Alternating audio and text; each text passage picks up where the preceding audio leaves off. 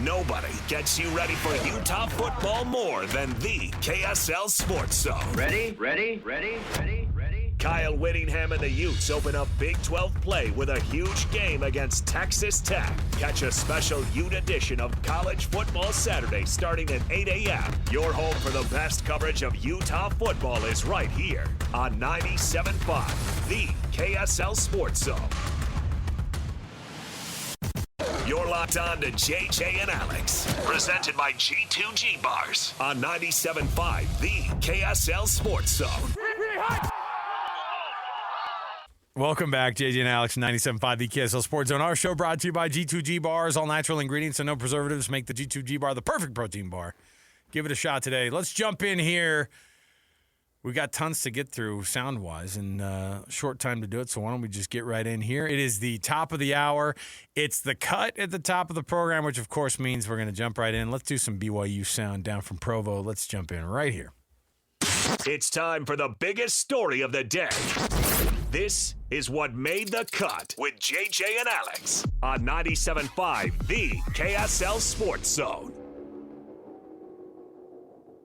Trajan Wealth brings you this portion of the program, TRAJANwealth.com. That's Trajan Wealth for all your trusted local needs in retirement, TrajanWealth.com. Okay, JJ, the very first thing that I think people wanted to know from Kalani Sitake was the awkward question of, hey, man, you taking a lot of phone calls on a new job during the middle of your football season? Of course. After you've been extended here at Provo, at BYU, after you've been given a raise at BYU. Now, we don't know the details of that. However, I think a lot of people, when it was talked about yesterday, Kalani's name came up because guess what? They were like, somebody even brought it up. They go, randomly ESPN brings his name into it. I go, no, they didn't randomly bring it up. His name came up the last time the UCLA job came up. So You know what you do? You go back to that well, and I will say that things have changed even for BYU and for Kalani Sitake, even during the time that Deshaun Foster was thrown into that mix a couple of years ago. And it's changed totally.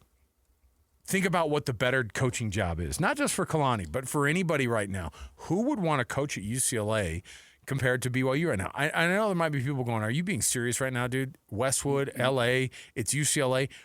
That's an athletic department that barely cares about football. So why would you want that type of a backing, which is none compared to what other teams, even in the same city that you're in? Like, you are by far the, fifth team in town. You know what I mean? Behind even your basketball team. Kalani Sitake brought it up at his, he didn't bring it up, but it was brought up at his press conferences where they had to say yesterday about what his status was with BYU and whether or not the UCLA job had come a-knocking. I don't talk about anything other than football and other than what we're doing right now as a program. And I think people have heard me make statements before, and these guys need me to be focused on East Carolina more than anything else. And I've told them to avoid any distractions that come along the way. And so distractions come in a lot of different forms. And so we're going to avoid distractions. We'll stay humble, keep working hard, and then try to do our best when we show up this weekend against East Carolina. I did want to hear him say a little bit more of, absolutely not, right? There's that part of you that kind of goes, I told these guys to avoid all the distractions. It's yeah, but does that interest you? Does the UCLA job interest you? No. Just say no, absolutely not. I'm here. I don't know. Did you hear enough out of that? I don't think he's going to go anywhere. Typical Kalani to me. Do I think he's going anywhere? No. Why would you want to go to UCLA? Have you looked at the last 30 years of coaching at UCLA? Let me run through the list real quick. Deshaun Foster made it 12 games before he was fired. Oof. Chip Kelly, who is very respected, went 35-34 at UCLA in 5 years. Jim Mora, 46-30, not great, forgettable. Rick Neuheisel, 21-29. Rick Neuheisel. Now Carl Durrell had a better winning percentage than the coaches have mentioned, and he got fired. And then you're getting to Bob Toledo, Fake name. Bob Toledo. Fake Hey, person. Bob Toledo. It's me, Bob Toledo. Hey, Come down and get some furniture at Toledo's. I got tires and hoagies. Tires and hoagies. Same shop. You know what? Not a bad business idea, by Did the I way. just come up with a great idea? While you wait, Gary V's so proud of me right now. foot-long sandwich while you wait for your tires to get rotated? Come on. See, Ryan's sitting here like, yeah, that's not a bad idea. You get my point. Terry Donahue was a Hall of Fame coach for them. He coached from 1976 to 1995. He coached 233 games, went 151-74. And back in that day, that's a 66% winning percentage. UCLA was going to Rose Bowls. They were producing a lot of NFL talent. I just read you a list of coaches that have failed over 30 years. When were they great at football? Since Donahue. So why would Kalani want to leave the situation at BYU, where he's been there at his alma mater for 10 years, where they're now finally in the Big 12, in Power 4 football, with the resources that he needs to hire the right coaches, and he has the right coaches right now. There's no question in my mind about that. A-Rod and Jay Hill are killing it. Why would you want to go right now? And you got the 5-star quarterback coming in. What in the world? Why would you want to go play for a chancellor you know how it is. who doesn't even know what football is? Nowadays, you know how it is. Take all those guys with you. Take every one of those guys with you, players included. Guess what? UCLA has no money. That's why Deshaun Foster was their coach. They don't have money. That's why they're broke. What did they give? What's his name? What did they give old Nico? Like $1.3 million or something. $1.3 million Talk too about much. A poverty program. You're going to only pay your quarterback $1.3 million. You get my point. Come on. There's no way Kalani's leaving for that job. Yeah, it's in L.A. I get it. It's sunny in California. Whoopity-doo. There's a lot of problems at UCLA that no coach wants to deal with. I don't know who they're going to find because they're going to go out and try to make a splash hire, and I don't think they're going to find the guy that's going to give them the splash.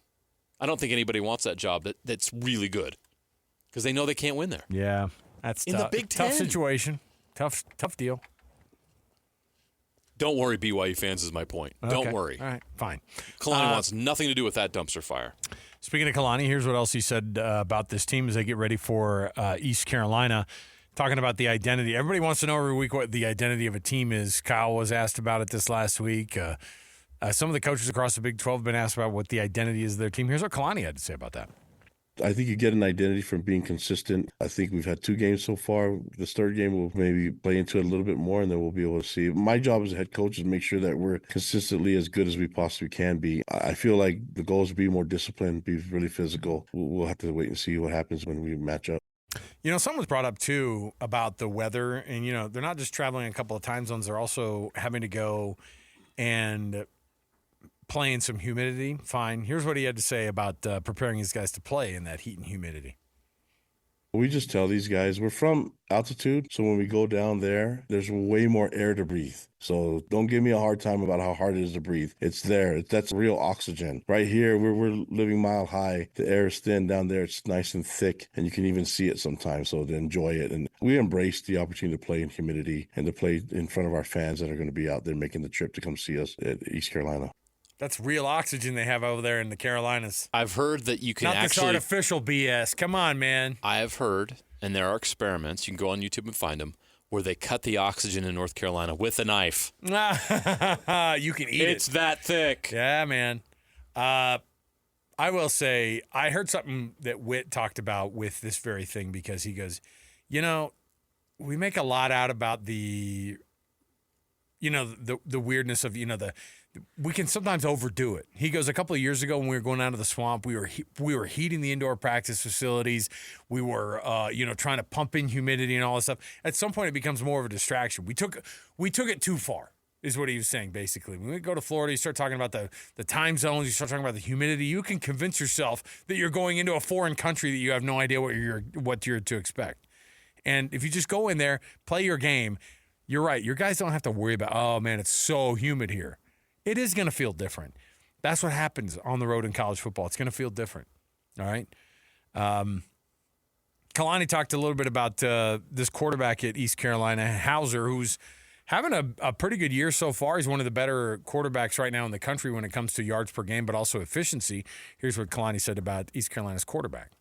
Extremely talented. He's an accurate passer. He has a great touch on the ball that he throws. He knows when to take some off. I mean, he's got great vision. It goes with his looks. He makes checks. I mean, he's a complete player at quarterback, and he's seasoned. I mean, you can see that he's used to being on the field, and he feels really comfortable in this offense.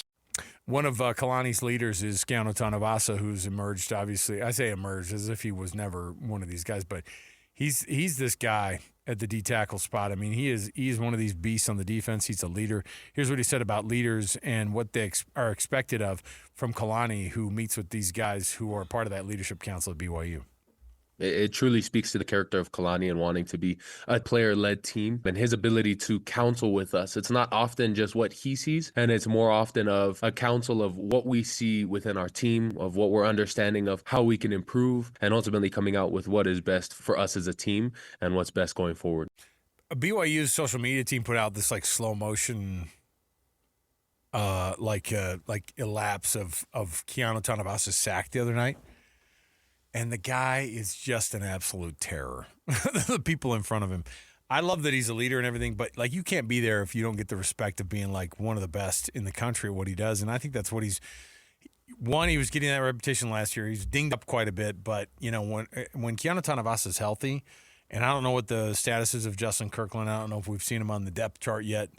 But when he comes back, it's going to be quite a group, but it's good to have that guy at that spot for BYU because he's just such an absolute beast. It really matters to have dudes. I mean, and it doesn't show up in stats, you're right. You know, it's not like he's the Russian. It's not like Utah with John Henry Daly that's getting the 5 sacks. You get 3 tackles from a defensive tackle, and people go, oh, okay. Nice game. It doesn't stand out. They do the dirty work. They jam up the run game. They make life easier for your linebackers to go rack up their stats. It's not pretty what they do. It's not easy work. But you've got to have a dude in there that can do it. And BYU went out and got one in Keanu Tanavasa. It was a great pickup for them. And with the graduations they had last year, they really had to have it. Mm-hmm. And you haven't had to worry about it yet because of the competition. But pretty soon you're going to really recognize how important Keanu Tanavasa is to that BYU defense. They must have a true run stopper in the middle on the defensive tackle position.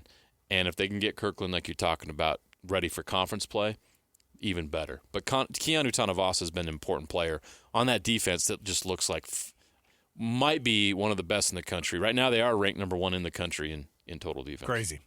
We've got more to go around the corner. NFL Blitz is next. Speaking of, 97.5 the KSL Sports Zone. All the latest news and notes from the league and the locals in the NFL. JJ and Alex bring you the NFL Blitz on 97.5 the KSL Sports Zone.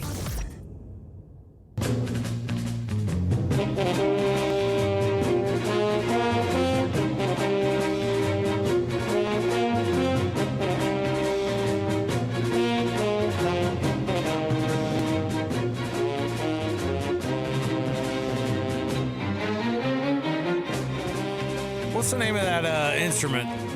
Does this? You heard it right there. Hold on, here it comes again. What is that? What is that? What is that? That's not the Glockenspiel, is it? No. No, the one that. Come on, music guy. I don't know what that is. You hit it on your hand and it's like a rattler. It's like a rattler thing. The maracas? I don't know what it is. Some kind of percussion. All right. Right? I'm going to look it up. You take over the show while I find this. I have to find it. Because our listeners are dying to know. I just get annoyed because I never remember what it is. Faint than the cowbell in the Blue Oyster Cult. No, hold on. Go to the beginning of the music, Alex. Producer Alex. Start it over again. Hold on. Fire it back up, and then let's hear the beginning. You'll hear it like, it's nice. It's pronounced. Turn it up. Here we go. You hear it?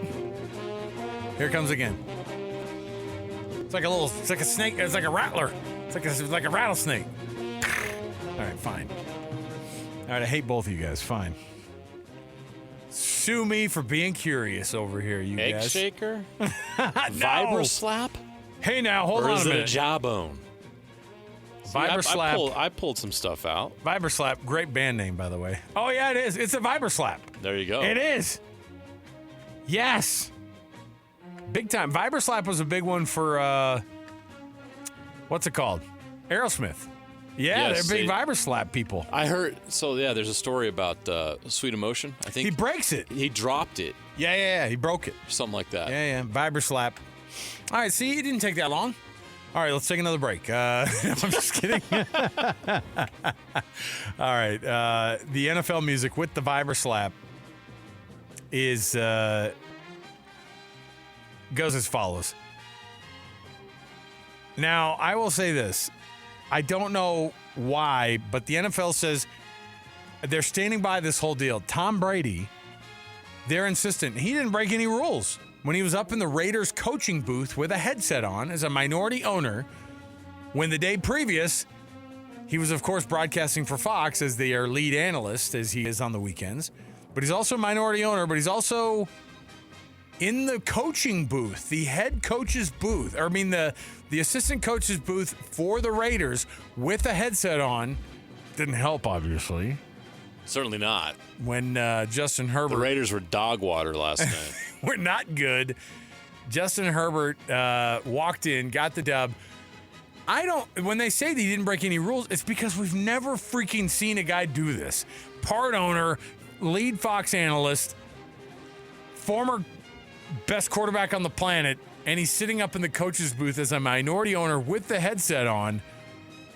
I guess we saw the owner for the Indianapolis Colts do it, but we all looked at it like, what's she doing with that headset on? Well, no, Tom Brady, she doesn't sit in production meetings with the opposing coaches. Now that's to the problem. prepare for a broadcast. There's every no week. rule because they don't have it. They need to make a rule that says if you're a minority owner on a team and you're interviewing coaches for the upcoming broadcast of opposing defenses, and then, by the way, you're sitting down with those opposing defenses' opponents the week after, you pointed this out.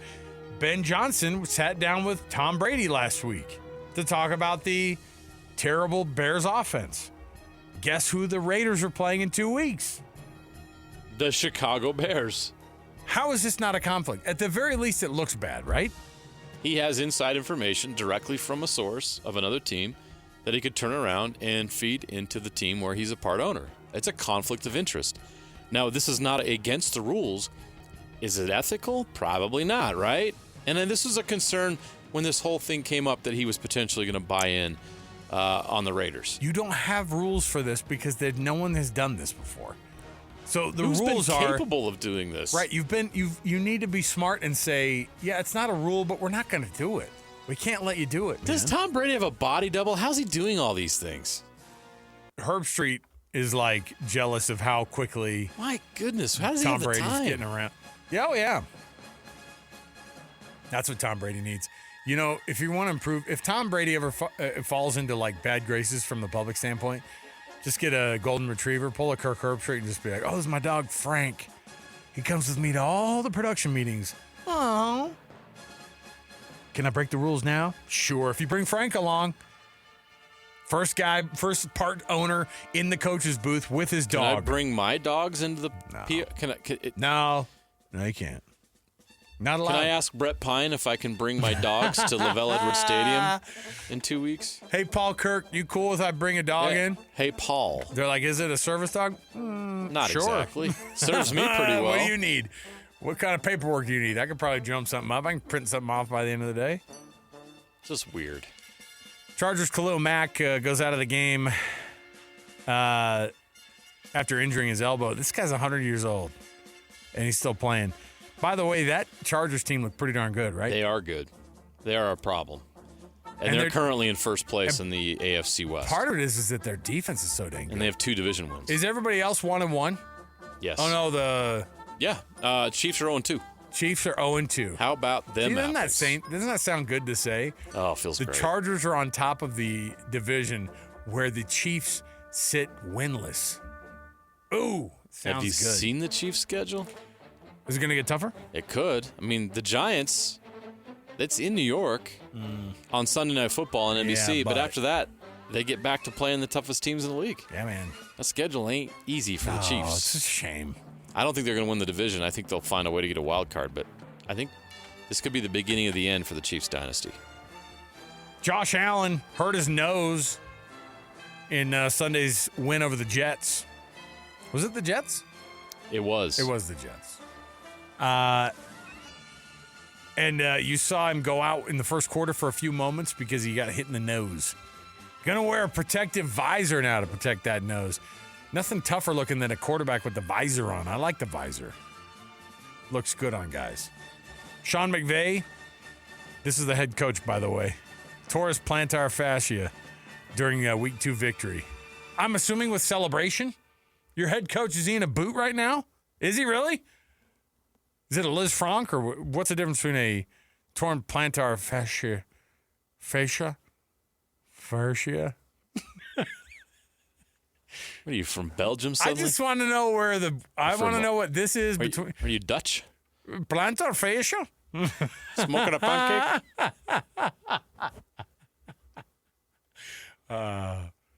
No comment on your head coach and whether or not he's going to be able to coach the rest of the year? He'll be able to coach. He'll just be, wheelchair. He'll probably have like a scooter out there or something, Scooter. Nothing more manly than a guy scooting around with his play call up. How is that going to impact his get back guy?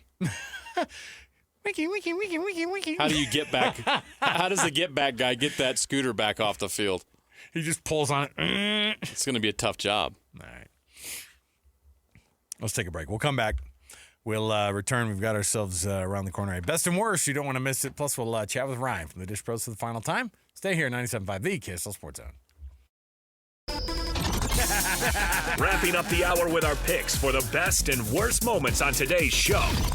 As JJ and Alex want to hear your best and worst of the day.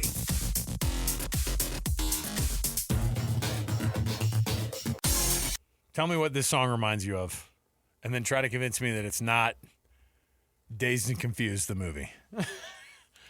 Oh, man. All right. I think of like highlight videos. A lot of people, especially like 10, 15 years ago, used to like if they made like a sports highlight video. There's they'd be this like one. Sweet Emotion from Aerosmith. Sweet Emotion. When I was in high school, it was like the very beginning of like a lot of Bittersweet Symphony. killing in the name of like Rage Against the Machine. A lot of rage, like the Freedom. come with it now. I forgot about that stupidity. How could you? You know. Oh, I love how we both did it at the same time, and then like that was not planned. That's the best part about that drop. I gotta hear it again though.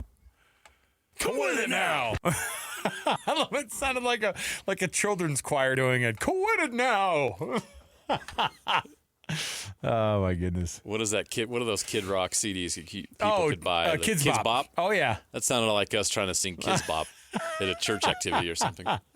Let's dumb it down for the parents out there. All Cleaned right. up our Rage Against the Machine. Oh yeah. Here we go. Hey everybody, come with it now.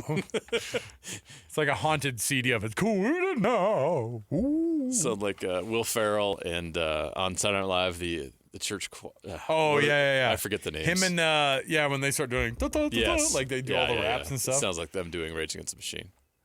All right. Embarrassing. Shameful on our part. Best and worst brought to you by the good folks at the Doug Smith family of dealerships at American Fork, Spanish Fork, and in Linden. Give it a shot today. Nobody knows cars like Doug. The best is Amazon Prime Video joining Masters coverage for first and second round. Another way for you to be able to watch the Masters for that first and second round. I think those first 2 days were typically just ESPN, right? Either way, I'm a sucker for watching golf, and I'm a sucker for watching. I mean, there's a channel, like an online stream. You can just watch Amen Corner the whole time. The Masters website is actually phenomenal. Yeah, it's probably the best. It's probably the best put together website that is free. It just doesn't do.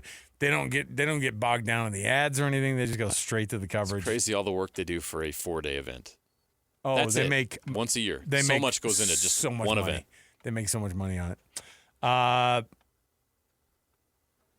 Successful surgery for Rabbit Evans. That's good news for a guy who's likely out for the season. So, yeah, bummer for him, but he gets back good on to the see field he's soon. going to be back back to 100%. Hopefully, when things turn around and he gets rehabbed. So, there you go.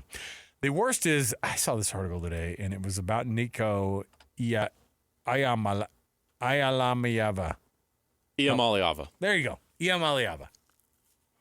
I would have gotten him down better if their team was any good. Is that unfortunate? They're like, I'll get your name right when you're good. All right? But old Nico according to reports, is pretty excited for December when things come around and he can hit the transfer portal again. Something tells me the market's going to be a little bit different for old Nico this. Are there Vegas December. odds on where he lands next already? So in this article, they mentioned a couple of interesting teams. And I thought, there's no friggin' way on a couple of them. All right? First of all, they go, Miami's going to need a quarterback. Carson Beck's going to graduate. Oh, my heavens. Could you imagine? What would he do? What would he help you with at Miami? By the way, also, if you're telling everybody I'm ready to hit the transfer portal, you're 3 games into an 0-3 start, what coach is going to go, man, we'd love to have you? Probably some G5 program, right? That's a winner right there. I love that kid's attitude. Said nobody about. That guy's a dog. Right. No. So part of the article also mentioned, they also mentioned Colorado. Colorado's going to need a quarterback. I'm like, do they? They're already on quarterback number 3, so maybe. Yeah, I guess maybe he'd be a better option than those guys. And then they start to get more reasonable, where it's like Western Kentucky, Miami, Ohio. See, that's the Miami I was thinking. All right? If it's between Miami and Coral Gables, what if you signed up out of the transfer portal and be like, I'm going to Miami, you guys are all, I didn't tell you. It's actually Miami, Ohio. Wait, what? I thought that $700 NIL deal was a bit low. $700. I didn't understand why at the time. All right. Final time for us to be able to Tires jump. and hoagies. Oh, you know what? There's his NIL deal. Bob Toledo's Tires and Hoagies. Bob Toledo's Tires and Hoagies. Come down, get your tire changed, get yourself a foot-long Italian. Here we Nico go. and Maction. Tires and Hoagies go like Nico and Maction. Get that fresh mozzarella coming down the... Fresh mozzarella. All right. All right, we'll take a break here. We'll come back. More to go. 97.5 the KSL Sports Zone.